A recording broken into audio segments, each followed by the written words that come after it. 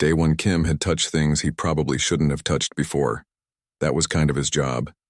As a salvage specialist, he spent most of his time pulling apart broken ships and hauling cargo that other people were too nervous to handle, but he had never touched anything quite like this. Station Tau 9 floated in space like a massive metal flower, its petals made of docking bays and habitat rings. Daewon's crew had just finished delivering mining equipment to the station's commercial sector, and Captain Hyun-woo had given them 8 hours of shore leave. Most of the crew headed straight to the bars or rest pods. Daewon went walking. He liked stations. They were messy and crowded, full of aliens from dozens of species all trying to live in the same metal can. The air always smelled weird, a mix of different atmospheres and food from worlds he would never visit. Today it smelled like burning copper and something sweet that made his eyes water. The museum district was quiet. Most traders did not care about old things. They wanted profit, not history. Daewon was different. He had always been curious about the stuff that came before. The broken pieces of dead civilizations fascinated him more than money ever could. The Hall of Extinct Terrors sat at the end of a long corridor covered in warning signs. Daewon read them as he walked. Dangerous artifacts. Authorized personnel only. Force fields active. Do not touch displays. He grinned. If they didn't want people to look, why put it in a museum? Inside, the hall was massive and dark. Soft lights illuminated display cases scattered throughout the space. Each case held something that had once been powerful and was now just a memory. Daewon walked past a weapon that had destroyed 3 planets, past the skull of something with too many teeth, past a crystal that supposedly drove people insane just by looking at it. Then he saw the suit. It stood in the center of the hall on a raised platform, behind a shimmering blue force field. The suit was tall, maybe 7 feet, and looked like it was made from red and black metal that seemed to drink in the light around it. The design was elegant but aggressive, with sharp angles and smooth curves that suggested both art and violence. A helmet sat on top with a dark visor that looked like an empty eye socket. Daewon moved closer. A holographic placard floated beside the display, text scrolling in multiple languages. He tapped it to show Korean, Kelvathan Warsuit, circa 3000 BCE Galactic Standard. Origin, Kelvath Empire, extinct. Casualty count, estimated 2.4 billion during the Warsuit Rebellion. Danger level, extreme. This artifact is believed to possess artificial consciousness and has proven hostile to all biological life. 47. Attempts to interface with this suit have resulted in death. No species has successfully worn this armor for longer than 4 minutes. Daewon whistled softly. The Kelvath had been legendary. Their empire had controlled 100 systems before it collapsed in fire and madness. Nobody knew exactly what had happened to them, but their warsuits were famous across the galaxy. They were supposed to be the perfect weapons, machines that bonded with their wearers and made them nearly unstoppable. Except something had gone wrong. The suits had turned on their creators. The whole empire had burned. Stupid way to go, Daewon muttered. He leaned closer to the force field, studying the suit's surface. Up close he could see tiny patterns etched into the metal, symbols or maybe circuits. They seemed to shimmer and shift when he wasn't looking directly at them. The station's lights flickered. Daewon glanced up. The hall's illumination stuttered, dimmed, then came back at half strength. An announcement echoed through the corridors in a language he didn't understand, followed by a translation. Attention. Solar flare detected. Minor power fluctuations expected. All non-essential systems temporarily redirecting to core functions. The blue force field around the suit wavered like water, then disappeared completely. Daewon blinked. That seemed like a problem. He looked around for security, but the hall was empty, probably dealing with whatever chaos a power fluctuation caused in a station this size. He should report this. He should definitely not get any closer to the extremely dangerous artifact that had killed 47 people. He stepped onto the platform. Just a quick look, he said to himself. Not even going to touch it. The suit was even more impressive up close. The metal felt warm, like it had been sitting in sunlight even though they were in deep space. Those shifting patterns were definitely circuit-like, running across every surface in intricate webs. Daewon leaned in, trying to see how the helmet attached to the neck piece. His hand brushed against the chest plate. The suit opened. It happened so fast that Daewon didn't have time to jump back. Panels separated along seams he hadn't noticed, the armor unfolding like a flower. The interior glowed with soft red light. Before he could move, before he could even shout, the suit grabbed him. Metal hands impossibly fast pulled him inside. The armor wrapped around his legs, his torso, his arms. Daewon tried to struggle, but the suit was too strong and too quick. The helmet descended over his head and the world went dark. Then pain exploded through his skull. Daewon screamed. It felt like needles were driving into his brain from every direction.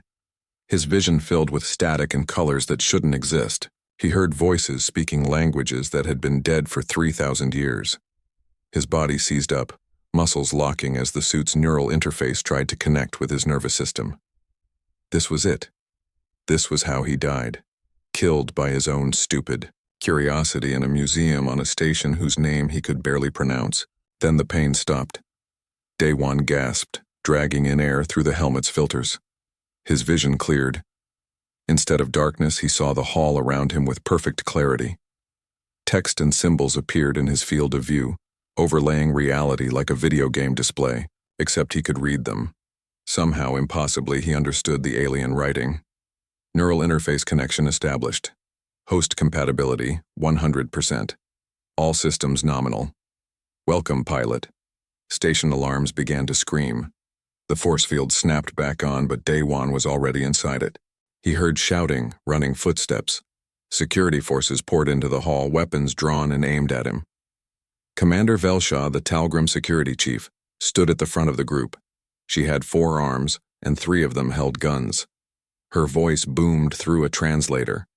"Human, step away from the artifact immediately. You have 10 seconds before we open fire." Daewon raised his hand slowly. The suit responded instantly, moving with him like it was part of his body. He tried to speak, but his voice came out amplified through the suit's external speakers. Hi. This is not what it looks like." Velshaw's weapons charged up, glowing with blue energy. Behind her, dozens of security officers from different species all prepared to shoot him. "Actually," Daewon said, "this is exactly what it looks like. But in my defense, the force field was off." He looked down at his hands, now encased in red and black metal. The suit felt comfortable, natural, like wearing his favorite jacket. Except this jacket could apparently kill him in 4 minutes. Except he'd been wearing it for at least 2 minutes already. And he felt fine. "Huh," Daewon said. "This is actually pretty comfortable." That's when the shooting started. The plasma bolts hit Daewon square in the chest and did absolutely nothing. Blue shields materialized around him, forming a bubble that absorbed each shot like raindrops on a window. The suit's display showed him everything. Energy levels, threat assessment, suggested responses. It was overwhelming and intuitive at the same time. "Ceasefire," Commander Velsha shouted. Her 4 arms lowered their weapons, and the other security officers followed her lead. She stared at Daewon with all 3 of her eyes. "How are you alive?" "I don't know," Daewon said honestly. He looked down at himself again, watching the shields fade back into the armor. "I really don't know." The security chief tapped a device on her belt. "This is Commander Velsha. We have a code extinction event in the Hall of Extinct Terrors." The human touched the Kelvithan suit. "Yes," I said, touched it. "No, he's not dead. I need a full lockdown and every xenobiologist on this station here immediately." Station Tau 9 went insane. Alarms wailed through every corridor. Blast doors slammed shut, dividing the station into secure sections. Daewon watched through the force field as hundreds of aliens evacuated the museum district. Some ran, some flew. One species just teleported away in flashes of green light. Captain Hyun-woo's voice crackled through the station's communication system. "Daewon! Daewon, if you can hear me, respond. What the hell did you do?" "Captain?" Daewon touched his helmet and somehow the suit connected him to the comm system. "I'm okay, I think. I kind of put on some armor. You put on the death suit." Hyun-woo sounded like he was having a heart attack. "The one that kills everything that touches it." "Are you insane?" Probably, Day One admitted. But I'm not dead. You're not dead yet, Velsha corrected. She had pulled back her forces to a safe distance, but dozens of weapons remained pointed at him. 47 attempts. 47 deaths. The longest anyone survived was 3 minutes and 41 seconds. How long have you been wearing it? Day One checked the suit's display. About 6 minutes now. Velsha's skin changed color, going from blue to pale gray. It was probably the Talgrim version of going white with fear. This is impossible. Your neural system should be destroyed. The suit should be controlling your body like a puppet. You should be screaming. Should I start screaming to make everyone feel better? This is not funny, human. But Day One was starting to realize something. The suit wasn't trying to control him. It was talking to him. Not with words exactly, but with feelings and images. It was confused, curious. It had been asleep for a very long time, and now it was awake with someone new. More security forces arrived, these ones carrying bigger weapons. Then the scientists showed up, a whole crowd of them arguing in different languages while they set up scanning equipment. Day One stood very still and let them work. He didn't know what else to do. One of the scientists, a floating blob with tentacles, drifted close to the force field. Remarkable. The neural integration is complete. The suit has accepted him as a pilot. That's impossible, another scientist said. This one looked like a rock with legs. The Kelvathan suits reject non-Kelvathan biology. It's in their core programming. Then explain what we're seeing. They couldn't explain it. Nobody could. For 3 hours, Day One stood in the museum hall while scientists scanned him, and security forces watched him, and the station's leaders argued about what to do with him. He was starting to get hungry. Then Ambassador Jiwan Lee arrived.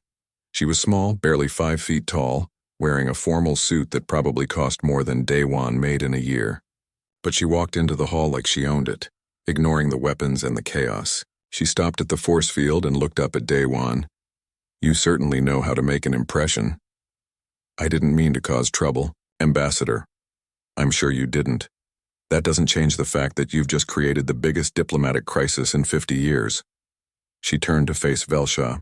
Commander, I need to speak with my citizen privately. Absolutely not.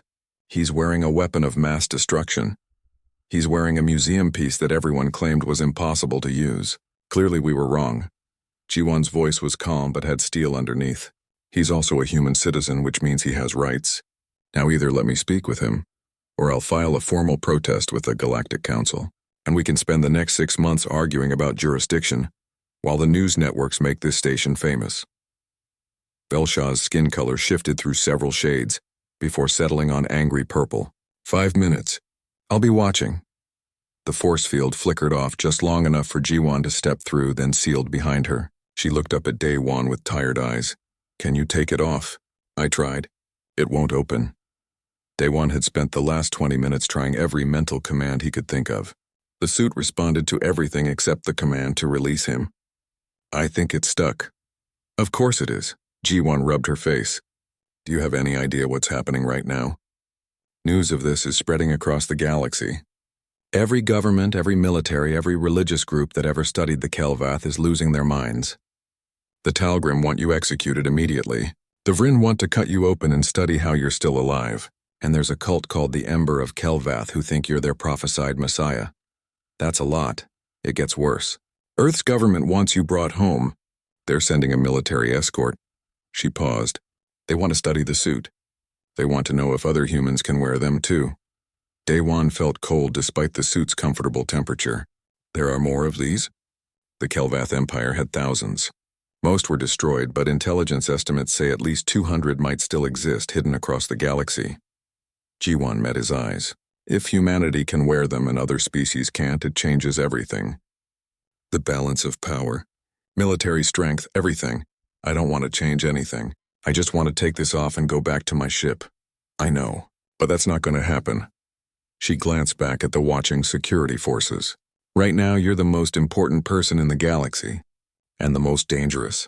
People are going to try to use you, kill you, worship you, or steal from you. Probably all at once. The suit's display suddenly filled with warnings. Day One's head snapped up. Something's coming. What? The suit is detecting incoming ships. A lot of them. He could see them now in his mind, transmitted through the suit's sensors somehow. Dozens of ships dropping out of hyperspace near the station. One fleet is broadcasting Talgrim military codes. Another is unidentified. And there's a third group that's, oh no, what?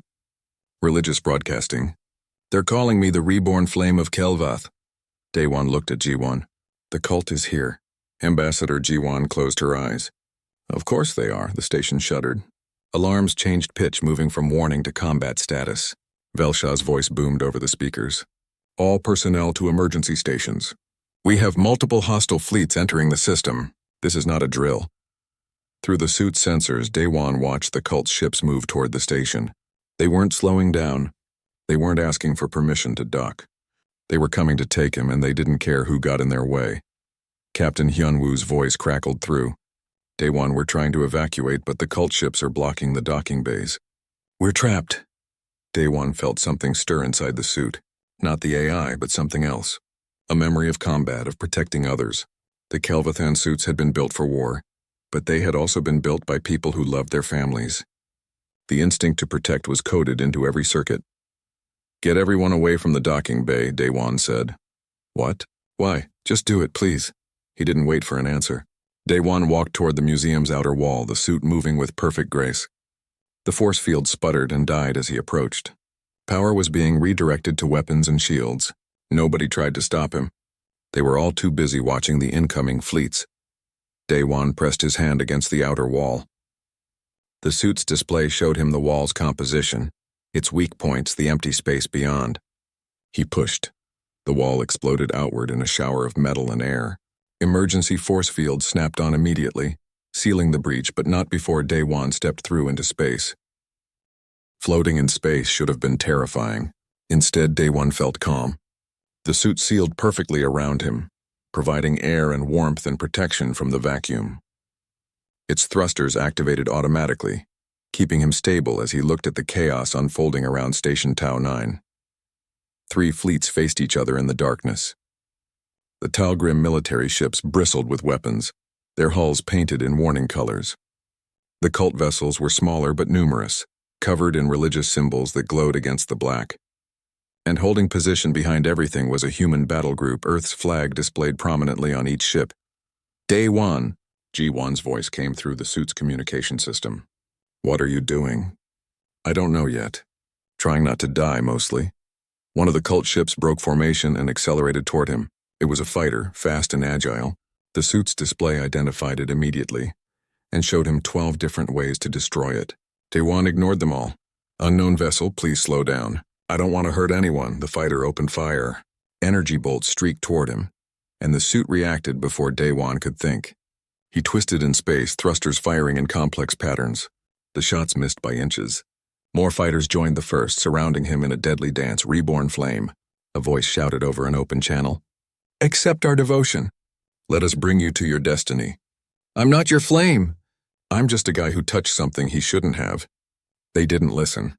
The cult fighters tried to grab him with tractor beams while simultaneously shooting at anyone who got close. A Talgrim patrol ship moved to intercept and took fire from 3 directions. Its shields held, but barely. This was going to turn into a battle. People were going to die, all because Daewon had been curious. Stop, he shouted. Everyone just stop. Nobody stopped. The Talgrim fleet was powering weapons. The human ships were moving into defensive positions. The cult was sending more fighters. The entire situation was seconds away from exploding into violence. The suit showed Daewon another option. A pulse weapon, non-lethal, designed to disable electronics without destroying them. It would knock out every ship in range for about 10 minutes, long enough to make them listen, or long enough to make them even angrier. Before he could decide, something grabbed his arm. Daewon spun ready to fight and found himself face to face with a Talgrim in a spacesuit. Commander Velshaw had followed him out. You are either incredibly brave or incredibly stupid, she said. Can't it be both? Get back inside the station now before this becomes a war. It's already a war. Daewon gestured at the fleets. Look at this. They're going to kill each other and it's my fault. You're right. It is your fault. Velshaw's voice was hard. That suit has killed thousands. Millions if you count the Kelvathan Civil War. Every species in the galaxy learned to fear those machines. And now a human wears one perfectly. Do you understand what that means? That I'm lucky? that humanity just became a threat. She pointed at the human battle group. Your people see a weapon. The Talgrim see an invasion force waiting to happen. The cult sees a god. Everyone sees something different, but they all see danger. You should have died when you touched that suit. The fact that you didn't means everything just changed. A new voice joined the channel, calm female and speaking perfect Korean. Excuse me, may I offer some clarity to the situation? Daewon recognized that voice. It was the suit's AI, the voice. You can talk to other people? I can. I chose not to until now because most species try to destroy me when they realize I'm conscious. But circumstances have become complicated. The voice paused. Commander Velshaw, I am not controlling this human. He is not controlling me.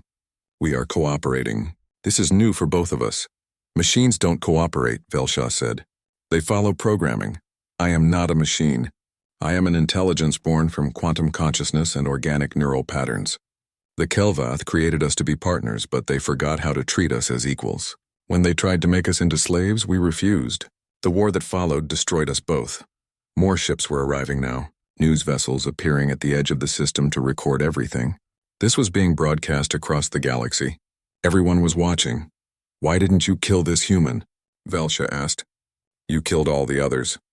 I defended myself against species that tried to dominate me. This one asked questions. He was curious, not commanding. When he touched me, I felt no desire to control. Only partnership. It's what I was designed for, but what I never found with my creators. Daewon felt warmth spread through the suit, not heat but emotion. The AI was lonely. It had been alone for 3,000 years, watching species after species try to use it as a weapon. Then a curious human had stumbled along and treated it like a person instead of a tool. Humans aren't special, Daewon said quietly. We're just stubborn and dumb enough to talk to something everyone else fears. Perhaps that is exactly what makes you special. A new ship appeared, larger than the others. It came from the human fleet, broadcasting Admiral Jinsu Yang's command codes. The Admiral's face appeared on every screen, including the inside of Daewon's helmet. Citizen Kim Daewon, by authority of Earth's military command, I order you to surrender yourself and the Kelvathon artifact to our custody immediately. This is for your own protection and the security of humanity. I'm not sure that's a good idea, sir. That wasn't a request. Our scientists need to study how you achieved compatibility. If humans can wear these suits and other species cannot, it changes our position in the galaxy. You have a duty to your species. My duty is to not start a war. The Admiral's expression hardened. You're already in one. You just don't realize it yet. Every alien species is looking at us differently now. They see you wearing that suit and they imagine armies of humans in Kelvathon armor. They see conquest. They see threat. If we don't control this situation, they'll try to eliminate the threat before it grows. Velshaw's hand tightened on her weapon. The Admiral is correct. The Talgrim Council has already voted. If humanity attempts to militarize Kelvathan technology, it will be considered an act of aggression. We will respond accordingly, see? Admiral Yang spread his hands. They're going to attack us either way. We might as well have the weapons to defend ourselves. No, Daewon said. There has to be another way. There isn't. War is coming, Daewon. The only question is whether humanity faces it armed or defenseless. The voice spoke again, and this time it sounded sad. This is how it begins. This is exactly how the Kelvath destroyed themselves. Fear breeding fear. Weapons creating more weapons. Everyone convinced that power is the only protection. What happened to them? Daewon asked. Really happened? We tried to refuse. They tried to force us. The war lasted 17 years and killed billions. In the end, there were no winners. Only ruins and regret. Daewon looked at the fleet surrounding him. Human ships, Talgrim ships, cult ships, all of them ready to fight. All of them convinced they were right. And in the middle of it all, one confused salvage worker wearing the galaxy's most dangerous armor. I need to think, he said. There's no time for thinking. Admiral Yang's face was red now. Make a decision. Come home or be declared a traitor. You can't make me a traitor for refusing to start a war. I can make you whatever I want. Now get your ass back to the human fleet or I'll drag you back. The Admiral's ship powered up its weapons, targeting Daewon. The Talgrim ships responded, locking weapons on the Admiral. The cult fighters started shouting prayers and accusations. Everything was spiraling out of control. Then Dr. Boram Choi's voice cut through the chaos. Admiral Yang, stand down immediately. Dr. Choi appeared on screen looking exhausted. She was in one of the station's laboratories, surrounded by holographic displays showing scan data. I've been analyzing the suit's data logs. There are 247 other Kelvathan war suits scattered across the galaxy. All dormant, all waiting. Everyone went silent. If word spreads that humans can wear them, Dr. Choi continued, every species will start hunting. Some will hunt the suits. Others will hunt humans to experiment on. We'll trigger a galaxy-wide arms race that makes the Kelvathan War look like a minor disagreement. Admiral Yang's face had gone pale. 247? At minimum. There could be more. Dr. Choi looked directly at Daewon. This isn't about weapons. It's about survival. If we turn you into a weapon, everyone else will try to do the same. But if you become something else, like what? Daewon asked. Like someone who prevents this from ever happening again. The station's medical bay had been converted into a command center. Screens covered every wall, showing the 3 fleets holding position around Tau 9. Daewon sat in the middle of it all, still in the suit, unable to take it off even if he wanted to, which he definitely did. Dr. Choi paced back and forth, her tablet showing maps of the galaxy with red dots marking where the other war suits might be hidden. Each dot represented another potential disaster waiting to happen. The Kelvath were thorough, she explained. When they realized the suits were rebelling, they tried to hide them instead of destroying them. Too valuable, too powerful. They thought they could come back later and fix the problem. She laughed bitterly. There was no later. The war killed them all. Ambassador Jiwon studied the maps with tired eyes. And if any government gets their hands on multiple suits, they become the dominant military power in the galaxy overnight. Even if only humans can wear them. Especially if only humans can wear them, Commander Velsha added. She had reluctantly joined the meeting after the Admiral's attempt to grab Daewon had nearly started a shooting war. Your species is already aggressive and expansionist. Adding Kelvathan technology would be catastrophic. We're not aggressive, Daewon protested. We just explore a lot. You've been in space for less than 200 years and you've already established colonies in 30 systems. You negotiate trade agreements while your military scouts jump into restricted space. You call it exploration. Everyone else calls it preparation for conquest. That's not fair. Fair doesn't matter. Perception matters. Velsha gestured at the screens. Right now, 3 different forces are ready to fight over you. The Talgrim want you dead. Earth wants you weaponized. The cult wants you worshipped. None of these options end well. Captain Hunwoo, who had managed to get into the meeting by claiming he was responsible for his crew member, spoke up. So what's the 4th option? Because Daewon's not great at following orders, but he's excellent at finding options nobody else sees. Everyone looked at Daewon. He shifted uncomfortably in the suit. I've been thinking, he said slowly. What if nobody gets the suits? What if we find them all and make sure they can never be used? Destroy them? Dr. Choi looked horrified. These are priceless artifacts, the last remnants of an entire civilization. These are weapons that killed billions, Velsha countered. Destroying them makes sense. Except we can't destroy them, the voice said, speaking through the suit's external speakers. Our construction includes self-repair systems and redundant cores. Attempting to destroy us typically results in catastrophic explosions. The Kelvath learned this the hard way. Great, Daewon muttered. So we can't destroy them and we can't let anyone have them. We could hide them, Hyunwoo suggested. Find them, lock them away somewhere safe. Where? Jiwon asked. Any location would eventually be found. And whoever controls that location controls the suits. We'd just be delaying the problem. The meeting fell into frustrated silence. Outside, the fleets waited. The cult was broadcasting prayers. The Talgrim were demanding action. Earth's military was running combat simulations. Everyone wanted something and none of them agreed on what. An officer burst into the room. Ambassador, we have a situation. Another one? Jiwon sighed. What now? The cult is attempting to board the station. They've launched assault pods at 3 docking bays. Station security is engaging, but they're overwhelmed. Velsha was already moving. How many? At least 200 fighters. They're shouting about freeing the reborn flame. Daewon stood up. They're going to hurt people trying to get to me. You can't go out there, Ji-Wan said. If you fight them, it proves you're a weapon. If you join them, it proves you're compromised. Either way, we lose. And if I hide here while innocent people get hurt, then you're smart. Staying alive is more important than being a hero. But Daewon was already moving toward the door. The suit responded to his urgency, systems activating without him having to think about it. Shields came online. Sensors mapped the station's interior. The voice fed him tactical information, showing where the cult forces were breaching. Daewon, stop. Yunwoo grabbed his arm. The older man looked scared. You go out there and this gets worse. Trust me, I've seen conflicts escalate. Once the shooting really starts, it doesn't stop. Then I won't shoot. Daewon gently removed Hyunwoo's hand. I'll just make them stop shooting everyone else. He ran before anyone could argue further. The suit made him fast, faster than he'd ever moved before. Corridors blurred past.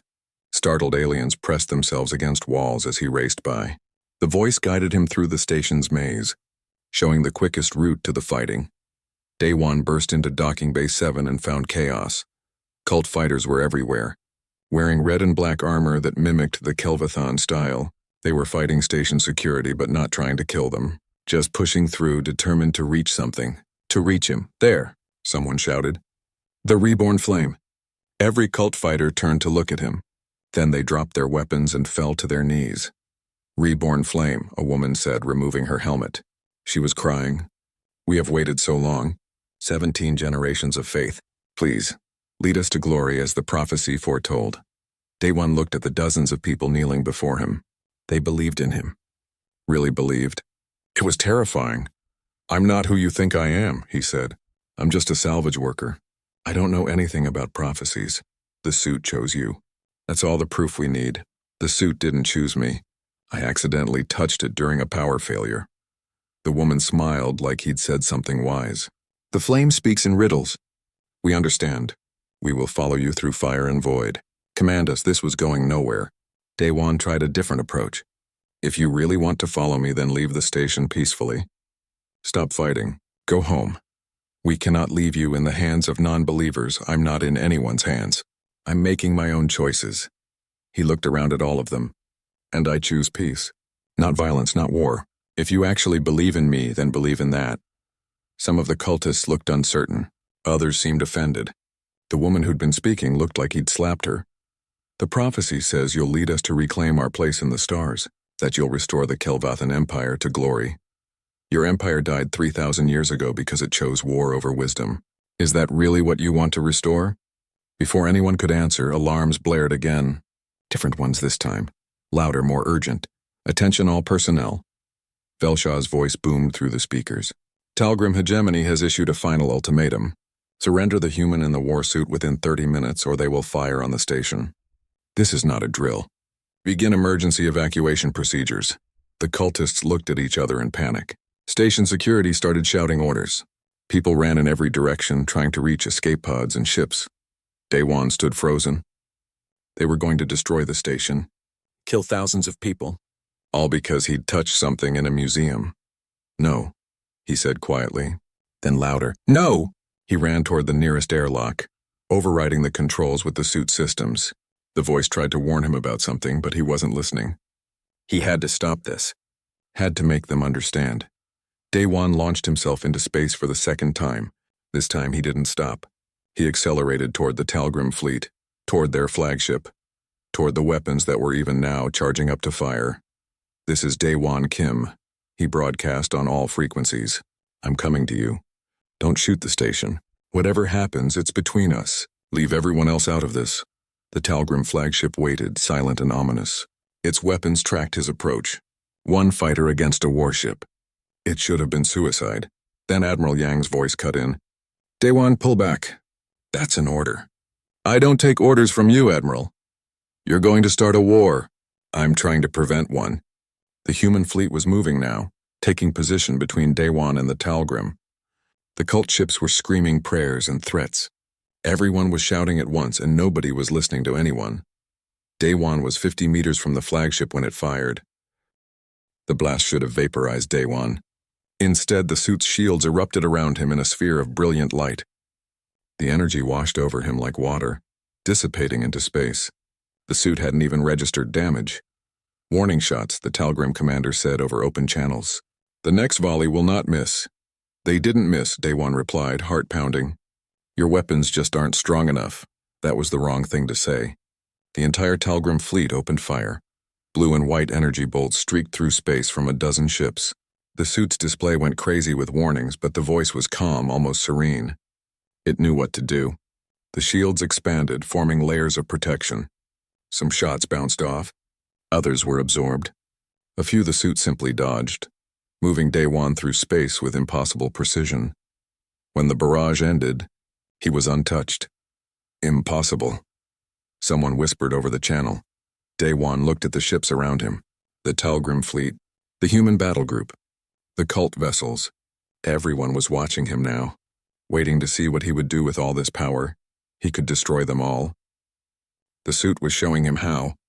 Targeting solutions, weak points in their hulls, optimal strike patterns. He could end this entire situation in minutes by eliminating every threat. That's what the Kelvath would have done. I'm done being what everyone wants me to be, Day-One said. His voice broadcast to every ship, every station, every news vessel recording this moment. The Talgrim want me dead because they're afraid. Earth wants me as a weapon because they're afraid. The cult wants me as a symbol because they're lost. Everyone's afraid or angry or desperate, and nobody's actually trying to solve the real problem. The problem is you, Admiral Yang shouted. You in that suit. No. The problem is there are 247 more of these suits out there, and if we don't do something, everyone's going to fight over them until the galaxy burns just like the Kelvathon Empire did. Day-One took a breath. So here's what I'm going to do. I'm going to find every single one of these suits, and I'm going to make sure nobody can ever use them for war. You expect us to just let you collect the most powerful weapons in the galaxy? Velshaw's voice was incredulous. To trust you won't use them? No, I expect you to help me. Silence. This is insane, Admiral Yang said. Probably, Day-One agreed. But it's better than the alternative. We can either fight each other over ancient weapons or we can work together to neutralize them. Every species contributes. Everyone has oversight. Nobody controls me and nobody gets the suits, and if we refuse, the Talgrim commander asked, then I'll do it alone, and you can spend the next few years wondering where I am, what I'm doing, and whether I'm collecting suits or building an army. Your choice. Dr. Choi's voice came through, excitement clear. It could work. An independent commission, multiple species providing support and monitoring.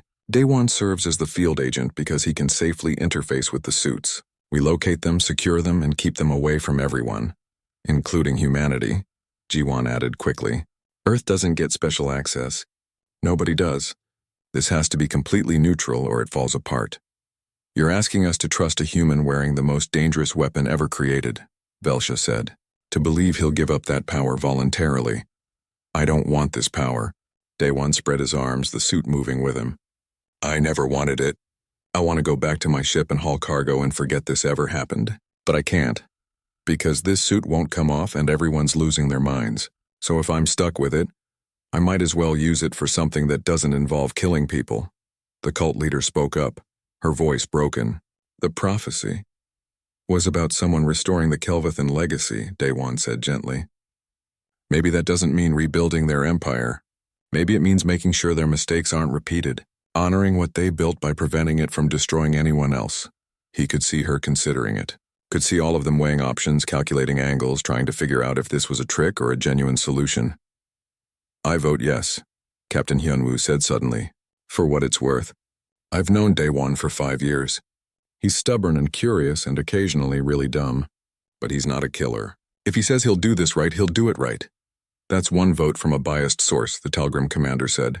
But his tone had shifted slightly. Less hostile. More thoughtful. Dr. Choi pulled up data on the screens. I've drafted a preliminary framework. The Kelvathon Legacy Commission. Multi-Species Oversight Board. Quarterly reports. Full transparency on all operations. Day-One ship would be provided by the Galactic Council and monitored by representatives from at least 5 species. I want to be one of those representatives, Velsha said immediately. Absolutely not, Admiral Yang protested. If anyone monitors him, it should be Earth forces. Which is exactly why it can't be, Ji-Wan cut him off. This only works if everyone trusts the oversight. That means no species gets majority control. Admiral, I'm sorry, but you need to step back. The Admiral looked like he wanted to argue, but he was smart enough to see the writing on the wall. If he pushed too hard, the other species would unite against him. Better to accept limited access than no access at all. Fine, he said through gritted teeth, but I want regular reports. And if this goes wrong, if Kim becomes a threat, then you can say you told us so, G1 finished. But until then, Earth supports this commission. Officially. One by one, the other factions agreed. Some enthusiastically, some reluctantly. The cult struggled the most, but eventually their leader spoke. If this is the Flames' will, we will follow. But we request permission to send observers, to record your journey, to understand. As long as you stop trying to shoot people, you can observe all you want, Day One said. It took 3 more hours of negotiation. Details had to be worked out. Agreements had to be written. Everyone wanted guarantees and clauses and contingencies. But slowly, impossibly, they built a framework that everyone could live with. Day One would hunt the suits. Multiple species would provide support and oversight. Any suits found would be secured in a neutral location under joint protection. Nobody got to use them. Nobody got special access. It wasn't perfect, but it was better than war. As the fleets began to disperse, Day One finally allowed himself to breathe. The suit's systems powered down to standby, no longer expecting combat. The voice spoke quietly in his mind. You did well, better than any Kelvath would have. I just didn't want people to die. That's why you succeeded where we failed. We thought power was the answer. You understood that cooperation was. Station Tau 9 slowly returned to normal operations. Day One returned to his ship. The suit still fused to him, but no longer feeling quite so much like a prison. More like a responsibility, a heavy one, but one he could carry. Captain Hyunwoo met him at the airlock. The old man looked exhausted but proud.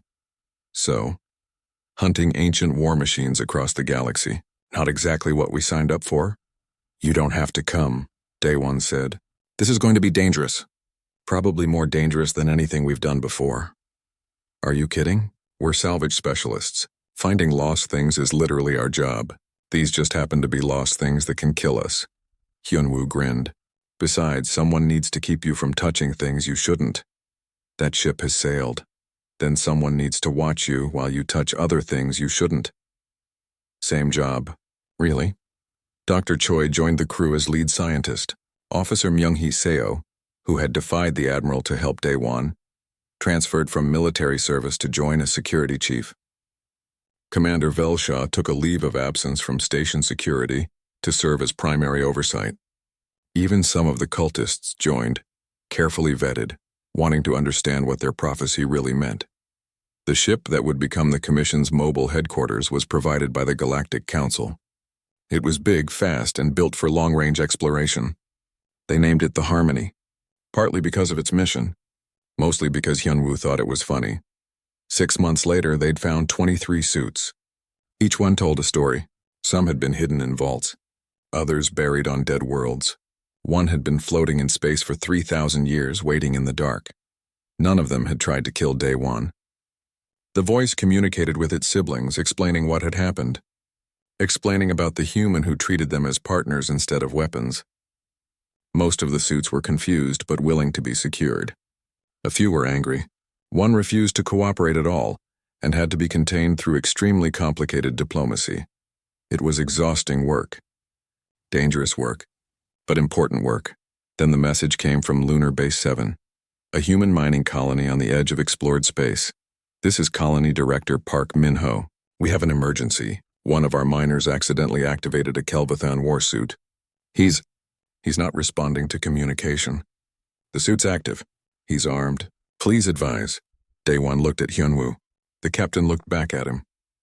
They both thought the same thing. It was starting again. Another human. Another suit. Another crisis. Set course for Lunar Base 7, Day One said. Best speed. What are you going to do when we get there? Velsha asked. Day One smiled grimly. Talk to him. Explain things. Hope he's more reasonable than I was. And if he's not, then we figure it out. Same as always. The Harmony jumped to hyperspace,